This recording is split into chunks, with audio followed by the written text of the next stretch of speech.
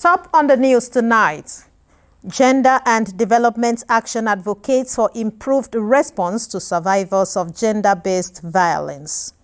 Plus, correspondent examines quantity of water suitable for daily consumption. Details and more shortly. Good evening and welcome to the news. I am Justina Etam.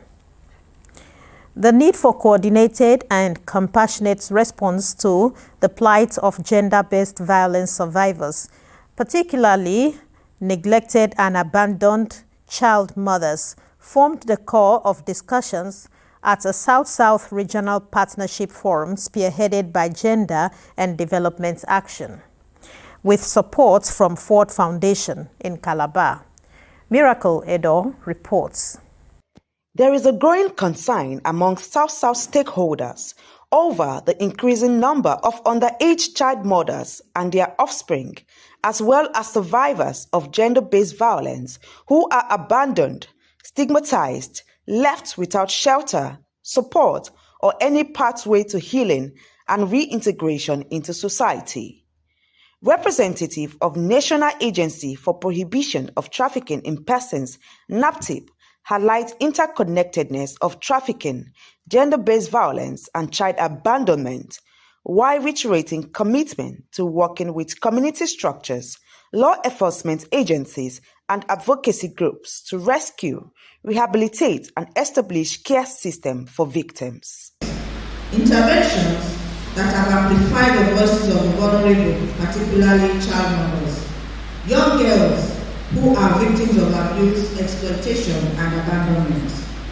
This forum is not just another gathering, it is a call to action to interrogate our current systems of protection and response to one of the most pressing but underreported forms of gender-based violence, the intergenerational legacy of child mothers, and to propose sustainable policy-aligned solutions. What NAPTIP is actually doing, we are working to protect the vulnerable and women in the society. So anything that has to do with vulnerability that is being prevented is a step further to assist NAPTIP to curb the issue of human trafficking in Nigeria. Because it's only vulnerable people that can actually be trafficked. The Commission, in its execution of its mandate, goes into tracking cases of gender-based violence and dealing with them in line with the standard procedures of the Commission by getting these people invited if there are cases that are mild, getting them arrested by law enforcement if there are cases that have some criminal aspects, and getting the people to face the law. Founder of Gender and Development Action, Nkoyo Toyo, highlights framework and social protection mechanisms being put in place to institutionalize an alternative care system for abandoned child mothers and survivors of gender-based violence.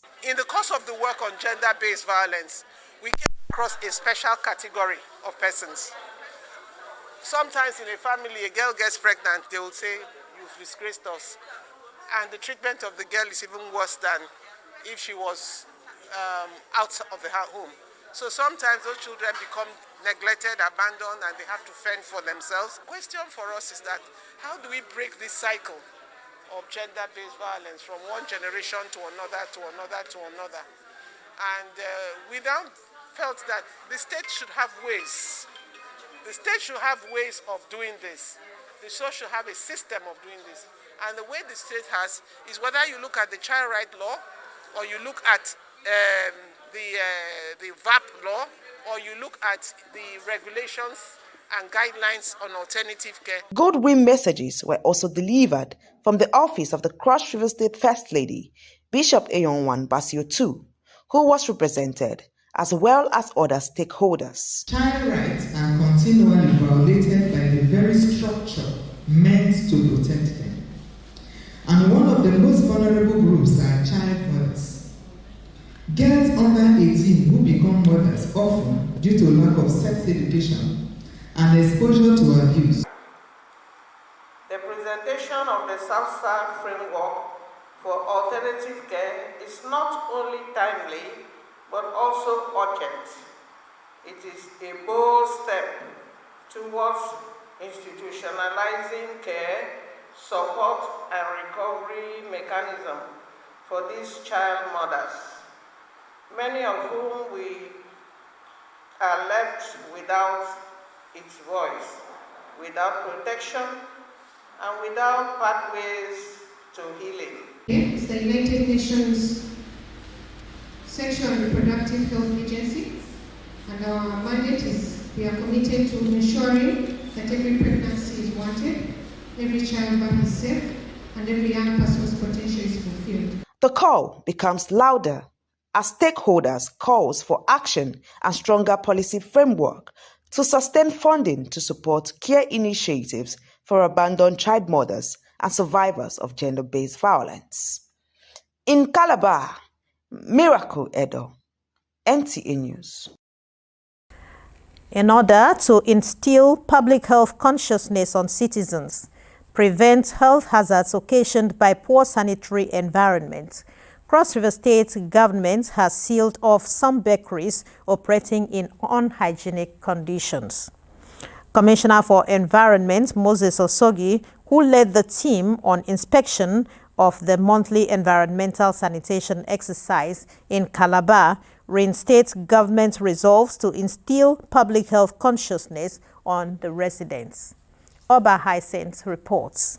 Monthly sanitation initiative, a key policy geared towards safeguarding public health, is being intensified as the commissioner is inspecting not only the outside environment but also taking steps to ensure food service providers adhere to state-mandated sanitary standards, and this resulted in the sealing of bakeries. Addressing the press, the commissioner frowned at the risks these unhygienic places pose to customers that consume their products. We needed to do a different thing from what we've been doing before now, going from one household to another, because most time you see people coming to the outside appearing very neat, but inside them is an apology. And so we deem it necessary to enter every household to see what the inside of their compound looks like.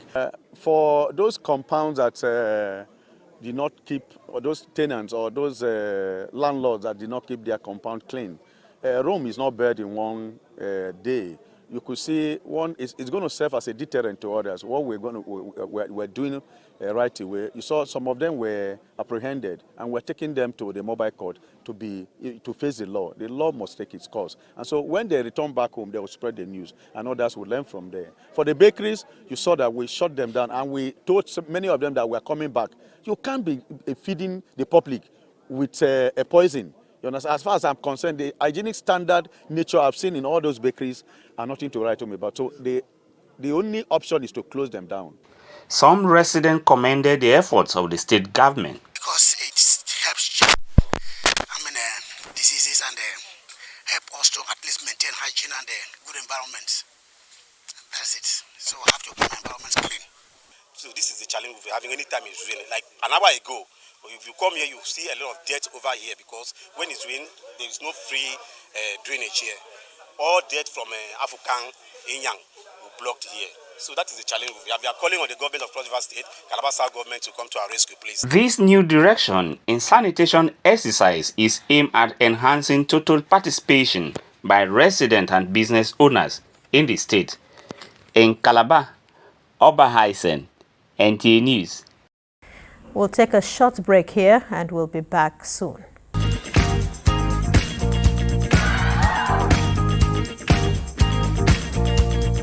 Are you looking for a secured environment with good parking space and a natural ambience? Then look no further. Nta Calabar Entertainment Ground has got you covered for marriages, parties, and all kinds of events. Have an event at Nta Calabar Entertainment Ground, you stand a chance to get a discounted rate for your event coverage. For bookings, please call Jane 0806 353 3069. Celebrate your events at Nta Calabar Entertainment Ground. Nta Calabar, the station for the people.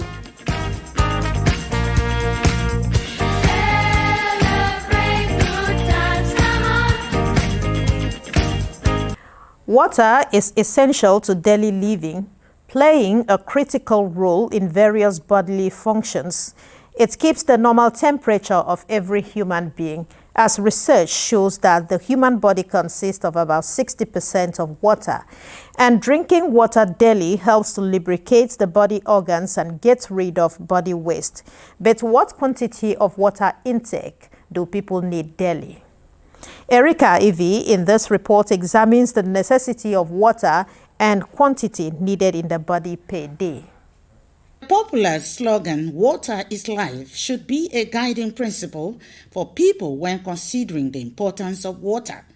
Incidentally, most people are ignorant of the fact that there is a certain quantity of water needed in the body to stay healthy and prevent dehydration. For several reasons, sometimes we lose water. We lose water in urine, you lose water from sweat, we lose water from the stool we pass, and all of that. So the body will need to replace it so that the cells can work appropriately. It is recommended that at least people take up to 3 liters of water in a day. Water is very good. If you take water frequently, it will help you so that you'll not be dehydrated. It will help you to prevent so many sicknesses. For example, so many people who don't have enough water, you can even slump. If you are dehydrated, you can slump. Dehydration can cause a lot of things. It can cause you to have constipation. It can cause you to have even kidney problem. Water itself is naturally a cleanser. Water is a cleanser, and record has shown that persons who regularly take water are kind of preventing becoming ill or having certain diseases. Others argue that drinking enough water largely depends on weather and the area. But be it as it may, water stimulates the flow of nutrients and hormones in the body while assisting the brain to function well. It is very good that we take water, and there's one thing to take water and there's one thing to take quality water. It's not every water you take. There's some water, there's a source of water you will take water from and it can cause you even disease. To use and flush your system, cleanse your system, gain energy. So as we know, water is life. Health experts advise that even when not thirsty, it is good to sip water in order to aid body metabolism. And the bottom line is that when you exercise and engage in an intense activity, thirsty or not, drink water to prevent dehydration and enhance healthy living. In Calabar, Erica Ivy, Nta News. And that's all on the news. Thank you for watching.